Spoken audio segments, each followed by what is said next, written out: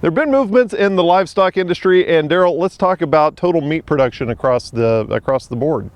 You know, we're going to see an increase in total meat production in the U.S. this year. Beef production is going to be up in the neighborhood of 4%. We keep revising that up a little bit as it looks like we're making a little faster progress.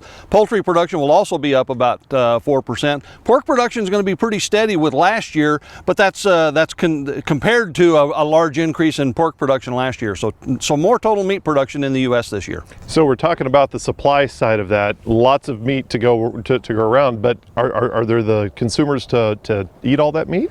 Well, we're going to see some adjustments when we take into account the trade impacts. Then consumption will actually be up as well, but not up nearly as much. Beef consumption will be up around, we're thinking 1.5% to 2%. Broiler consumption perhaps a little bit more than that. Pork consumption may actually fall a little bit in terms of domestic consumption this year. So what is actually causing all of that? Well, trade, we have to account for trade adjustments, and that can be both meat flowing in and meat flowing out. And it turns out that there's relatively more noticeable impacts this year across the board for all the meat. So we're looking at less beef imports and an increase in beef exports that offsets that increase in production. We're looking at recovery in pork exports and recovery in poultry exports, both of which then will reduce the impacts there. And so the domestic supplies that will be consumed in the U.S. will be lower. Obviously there will be an increase in total meat supplies, and that will pressure prices, generally speaking, more so for beef because it's running a little bit faster than the other meats. But again, the trade impacts really moderate those production increases. How often in a marketing cycle do we see something like this happen? Well, it's a little bit unusual. I mean, there's always trade impacts, but to see it change so much from one year to the next is a little unusual. Obviously, we've been struggling with a strong dollar, which has impacted all the meats in terms of exports and imports, and that's moderated a little bit in recent weeks. But the other thing, we had avian influenza last year, which impacted the poultry market.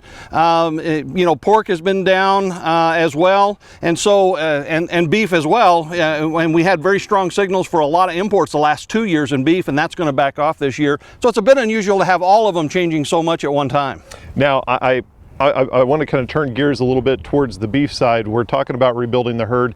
Is this really a perfect storm for rebuilding the herd? I mean, the pastures are green. There's more cattle coming about.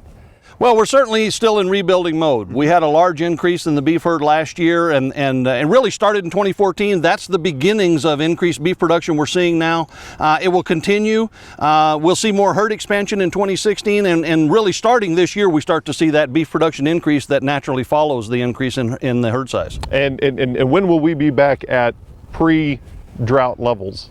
It looks to me like, in terms of the herd size, the beef cow herd, probably by the end of this year. I think going into 2017, we'll be at pre-drought levels, and then the question will be how much bigger than that might we need to be at this point. We're watching that. It's kind of a moving target at this point. We really don't know for sure, but it'll probably be somewhat bigger than that. Okay, thank you much, Derrell Peel, Livestock Marketing Specialist here at Oklahoma State University.